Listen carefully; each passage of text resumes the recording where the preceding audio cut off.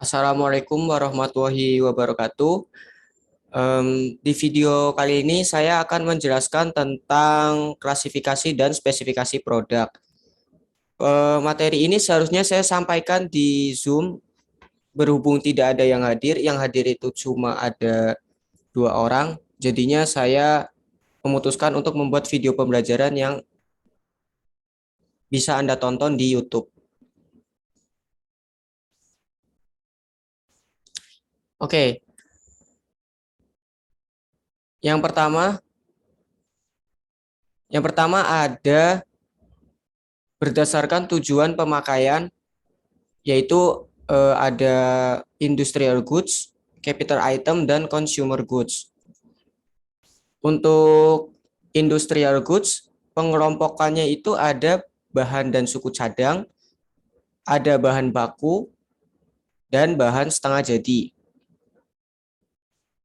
Untuk bahan dan suku cadang yaitu bahan yang akan diproses dalam sebuah produksi, misalnya sapi perah untuk kebutuhan konsumsi susu, kapas untuk kebutuhan industri kecantikan dan fashion, dan kelapa sawit untuk memenuhi kebutuhan minyak. Lalu ada bahan baku atau materials. Bahan baku diantaranya barang yang dari hasil pertanian dan pengolahan alam. Seperti yang kita tahu kayak kopi, tembakau, kelapa sawit, getah karet, ternak, dan lain-lain. Lalu yang ketiga ada barang setengah jadi atau bahan setengah jadi. Bahan setengah jadi ini barang hasil produksi yang masih memerlukan proses lanjutan agar dapat digunakan. Misalnya barang tenun, karet mentah, lalu ada juga kawat. Yang kedua ada capital item. Capital item itu pengelompokannya ada instalasi, peralatan tambahan, dan pembekalan serta pelayanan. Kalau instalasi itu alat produksi utama dalam sebuah perusahaan dengan jangka waktu penggunaan yang relatif panjang. Misalnya yang seperti kita tahu itu pabrik, lalu ada mesin, ada komputer, mesin bor, dan lain-lain. Lalu ada peralatan tambahan atau peralatan ekstra. Peralatan tambahan ini fungsinya sebagai pelengkap dari instalasi. Kalau peralatan ekstra ini bisa berupa komputer atau mesin fotokopi. Nah, komputer dan mesin fotokopi ini tujuannya untuk kegiatan di administrasi. Lalu yang ketiga ada pembekalan serta pelayanan. Kalau pembekalan ini merupakan bahan setengah jadi yang digunakan dalam proses produksi. Seperti yang kita tahu misalnya batu bara, bensin, mesin fotokopi, tinta printer, dan lain-lain. Tinta mesin fotokopi maksudnya ya. Lalu ada business service atau yang disebut juga pelayanan. Kalau pelayanan ini terdiri dari jasa pemeliharaan dan reparasi, misalnya reparasi mesin tik dan pembersih kaca atau ruangan, untuk jasa konsultasi bisnis atau konsultasi manajemen, hukum, perpajakan, dan periklanan. Lalu ada consumer goods. Consumer goods ini merupakan barang akhir, di mana ini merupakan barang yang nantinya akan dikonsumsi oleh individu atau keluarga. Consumer goods terdiri dari 3, yaitu barang yang dipilih-pilih atau convenient goods. Yang kedua ada shopping goods atau barang yang dipilih-pilih. Dan yang ketiga ada specialty goods. Dan yang keempat ada on-sold goods. Yang pertama yaitu convenient goods. Convenient goods itu contohnya seperti staples. Yang kedua ada impulse goods atau barang yang dibeli tanpa direncanakan sebelumnya. Misalnya permen yang dipajang di minimarket atau supermarket. Kadang kita kalau ke kasir itu kan lihat ada permen nih, kayaknya butuh gitu loh buat manis-manis. Nah, itu merupakan pembelian yang tidak direncanakan sebelumnya karena tidak tahu hal itu akan terjadi di masa yang akan datang. Lalu yang ketiga ada emergency goods. Emergency goods ini barang yang dibeli pada saat darurat, pada saat keadaan darurat. Misalnya yaitu payung dan jas hujan. Payung dan jas hujan ini diperlukan pada saat musim penghujan. Lalu yang kedua ada shopping goods atau yang bisa disebut dengan barang-barang yang dipilih-pilih. Ada dua jenis. Yang pertama yaitu homogeneous shopping goods dan heterogeneous shopping goods. Kalau homogeneous shopping goods yaitu barang-barang yang dianggap oleh konsumen mutunya mirip atau serupa, tetapi harganya berbeda. Nah, yang kedua ada heterogeneous shopping goods. Kalau heterogeneous shopping goods ini barang-barang yang aspek karakteristik atau ciri-cirinya dianggap lebih penting oleh konsumen daripada aspek harganya. Konsumen memiliki persepsi berbeda dalam hal mutu dan atribut. Contohnya yaitu pakaian dan mebel. Lalu ada specialty goods. Specialty goods ini barang yang memiliki karakteristik atau merek yang unik. Pembeli memerlukan usaha khusus untuk mendapatkan barang tersebut. Nah, contohnya itu adalah barang-barang yang branded, yang bermerek. Lalu yang kedua ada barang-barang yang relatif tinggi. Misalnya mobil, perlengkapan kamera, ataupun perlengkapan kosmetik. Dan yang keempat ada unsold goods. Unsold goods ini barang yang tidak diketahui atau bisa juga tidak diketahui oleh konsumen, tetapi biasanya tidak terpikir untuk membelinya. Seperti contohnya detektor asap yang ada di gedung-gedung, lalu ada prosesor makanan, lalu ada juga yang lainnya. Untuk unsold goods ini diperlukan iklan kepada masyarakat di mana itu sebagai media mengenalkan barang.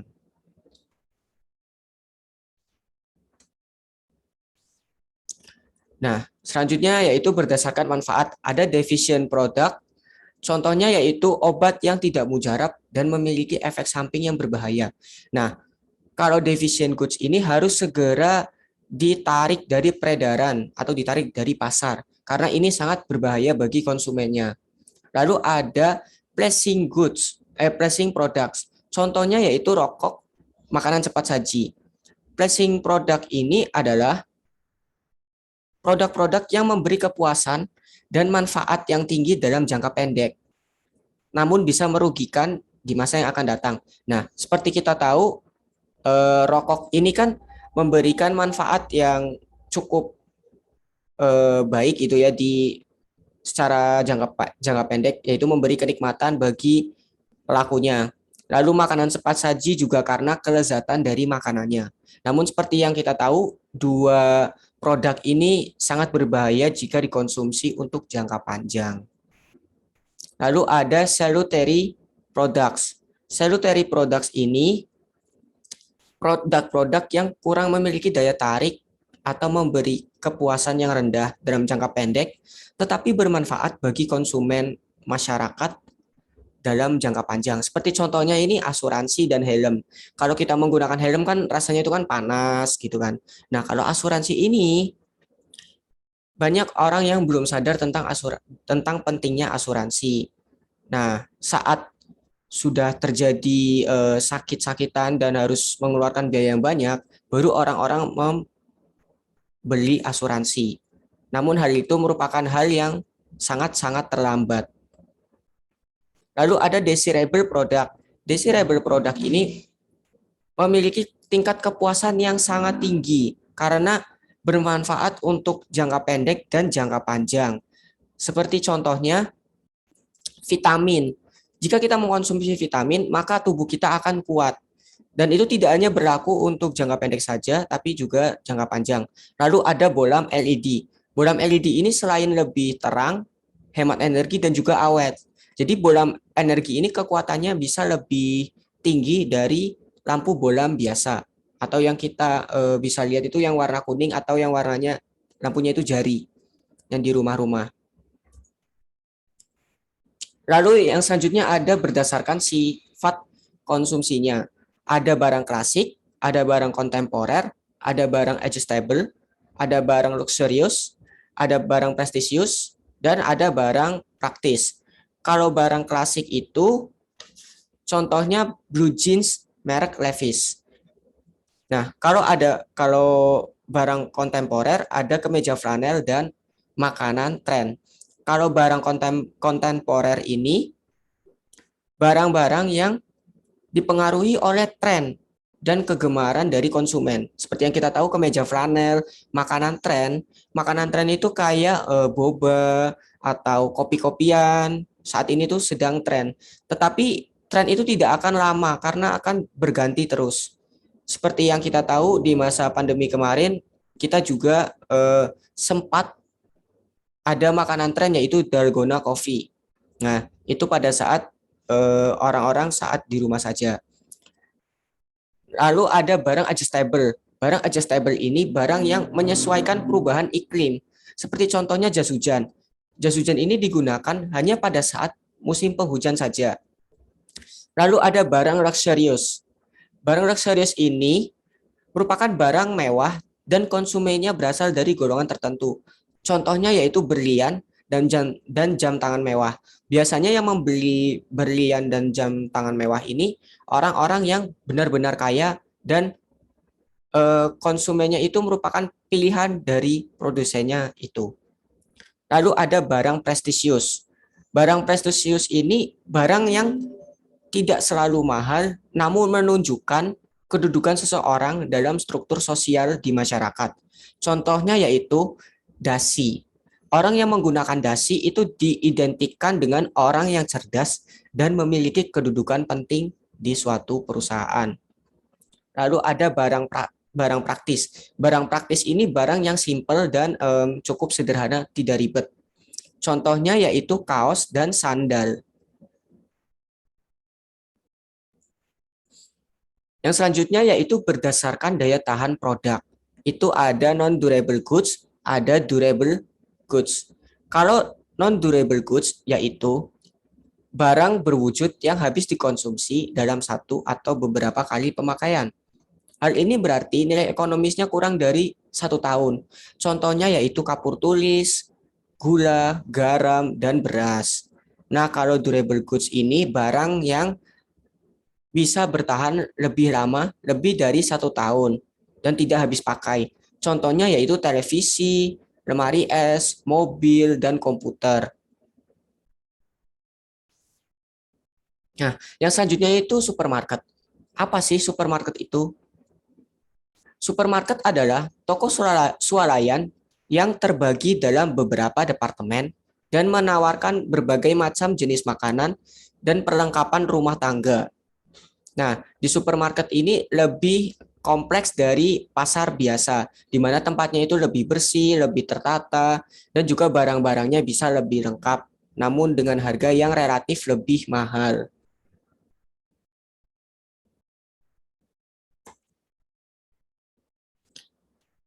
Nah, apa saja sih produk-produk yang ada di supermarket? Yang pertama ada departemen makanan. Yang kedua ada departemen non makanan. Yang ketiga ada household atau peralatan rumah tangga. Yang keempat ada toys atau yang bisa kita sebut juga dengan mainan. Dan yang selanjutnya yaitu ada departemen stationery. Stationery ini bisa berupa peralatan-peralatan kantor ataupun peralatan sekolah. Untuk departemen makanan itu isinya adalah susu, biskuit, minuman, atau makanan kaleng, dan yang lain-lain.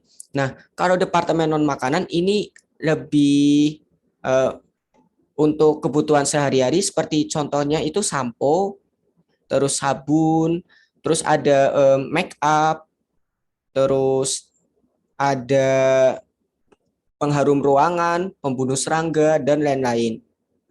Lalu ada departemen household. Departemen household ini adalah departemen peralatan rumah tangga. Seperti contohnya peralatan elektrik, seperti misalnya TV, lalu ada magic jar, lalu ada perlengkapan pesta. Seperti contohnya piring kertas yang kita tahu itu yang digunakan untuk ulang tahun, lalu ada sendok plastik. Terus juga ada barang-barang musiman yang sudah dijelaskan sebelumnya. Contohnya itu payung dan jas hujan serta yang lainnya. Lalu ada departemen toys atau departemen mainan. Nah, di departemen toys ini isinya berbagai macam mainan. Bisa mainan perempuan, bisa mainan anak-anak, bisa juga baterai elektrik. Bisa juga mainan yang elektrik yang menggunakan baterai. Contohnya itu mobil-mobilan, robot-robotan, pistol-pistolan, dan lain-lain. Lalu juga ada game atau permainan, seperti contohnya PS4, PS5, PS3, dan ada educational toys. Educational toys ini yang merangsang otak dari pemainnya, seperti contohnya ini catur, lalu ada Lego, ada permainan konstruksi jembatan, rumah, dan lain-lain. Lalu ada departemen stationery. Departemen stationery ini isinya peralatan tulis dan kantor, seperti contohnya pensil, buku, tas, dan koper.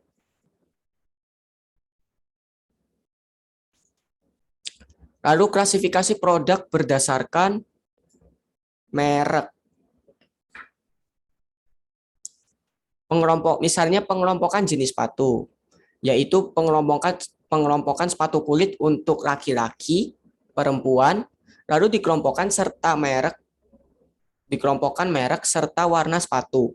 Dan yang kedua ada pengelompokan jenis kain, yaitu berdasarkan jenisnya, apakah jenis kain wool, katun, atau dakron. Lalu dikelompokkan lagi berdasarkan merek serta warna kain. Gitu. Lalu kita selanjutnya ke spesifikasi produk fresh. Yang pertama itu penataan sayur. Penataan sayur. Sayur itu jenisnya ada daun, ada buah dan bunga, ada umbi dan akar, dan ada jamur.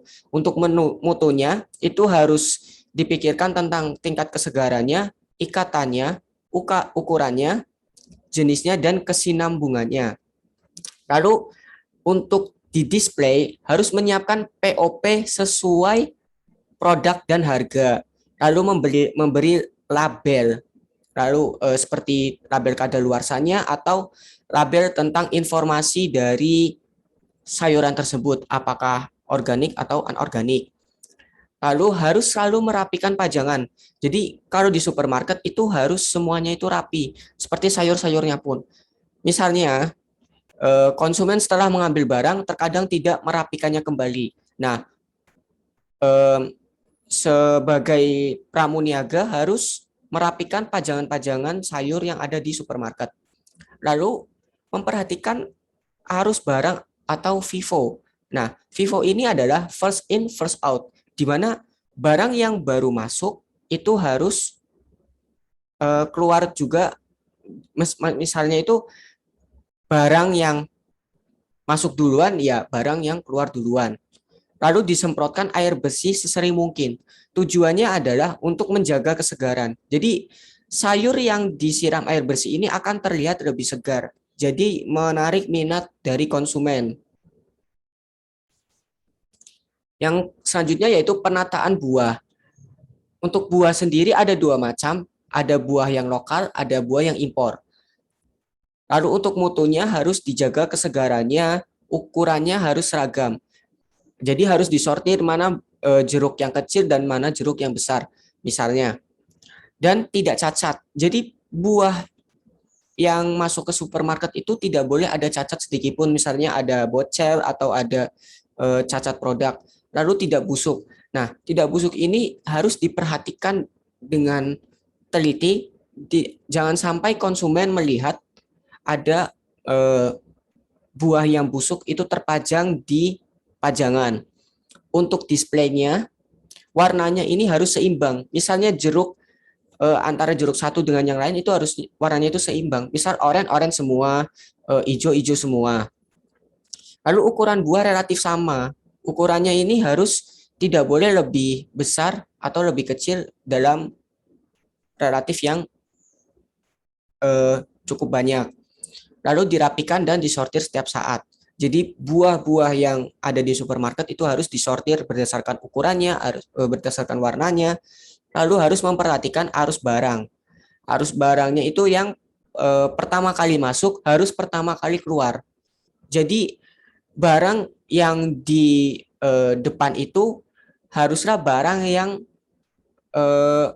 lama masuk begitu. Jadi agar barang yang kadaluarsa itu barang yang lama itu bisa cepat keluar. Jadi tidak kadaluarsa di dalam supermarket. Terus yang selanjutnya yaitu pajangan harus terlihat penuh. Jadi di display itu tidak boleh barang satu yang kosong.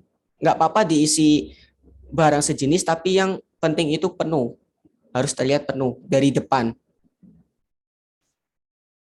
Nah, lalu ada penataan daging. Daging ini sedikit lebih rumit karena harus ditempatkan di tempat tertentu. Contohnya yaitu showcase. Jenis produknya itu ada ayam, sapi, ikan, dan delicatessen. Untuk mutunya itu harus menjaga kesegaran dan ada buah lokal, ada daging lokal dan daging impor. Untuk displaynya itu dipajang sesuai dengan kelompoknya, dipisahkan antara bahan mentah dan hasil olahan. Seperti contohnya hasil olahan itu adalah sosis. Nah, pastikan suhu showcase itu 0 sampai 2 derajat Celcius dan frozen island 16 sampai 20 derajat. Ini harus diperhatikan benar-benar karena jika daging itu suhunya lebih panas, maka akan lebih cepat membusuk. Untuk potongan daging yang berlemak diletakkan di atas. Jadi misalkan daging sapi itu diletakkan di atas etalase yang lebih tinggi dari yang lainnya. Lalu yang selanjutnya ada selalu cantumkan POP. Dan yang terakhir ada ikan basah dipajang di atas es serut. Nah, seperti yang kita tahu di pasar-pasar itu juga kan ikan basah selalu dipajang di atas es serut. Karena ikan basah ini sangat mudah membusuk. Untuk menjaga kesegarannya harus diletakkan di atas es serut. Lalu yang terakhir ada penataan susu. Penataan susu itu ada beberapa jenis produknya yaitu dairy lokal, internasional, ice cream, dan frozen cake. Untuk mutunya itu ada yang lokal dan impor. Untuk displaynya itu dipajang sesuai kelompoknya, yaitu jenis dan kegunaan produknya. Misalnya dairy lokal untuk apa, dairy internasional untuk apa. Lalu buat pajangan semenarik mungkin. Jadi di penataan susu ini harus diberi pajangan semenarik mungkin seperti misalnya gambar sapi atau gambar mereknya. Lalu pajangan harus selalu dirapikan, selalu terlihat cukup dan ada kesinambungan. Jadi pajangan ini tuh harus selalu rapi, harus selalu penuh, begitu. Nggak apa-apa diisi produk yang sama, namun harus terlihat penuh. Jadi nggak apa-apa dalamnya itu kosong, yang penting depannya harus penuh. Lalu ada kesinambungan. Jadi antara susu satu dengan yang lainnya itu harus berhubungan, begitu. Terima kasih. Selanjutnya yaitu ada kesimpulan dari pembelajaran pada siang hari ini yang tertunda melalui video. Yang pertama, barang industri. Pengertiannya yaitu barang yang dibeli untuk diproses kembali atau untuk kepentingan industri. Yang kedua itu adalah modal. Pengertiannya yaitu keseluruhan barang yang digunakan untuk melakukan proses produksi sehingga menghasilkan produk jadi. Yang selanjutnya yaitu barang konsumen. Untuk pengklasifikasiannya itu dibagi menjadi 4 jenis. Yang pertama, convenient goods, shopping goods, specialty goods, dan on-shelf goods. Dan yang terakhir ada barang supermarket. Pengklasifikasiannya itu ada food department, non-food department, household department, toys department, dan stationery department. Sekian video dari saya. Apabila ada kesalahan, saya mohon maaf. Wabillahi taufik walhidayah. Wassalamualaikum warahmatullahi wabarakatuh.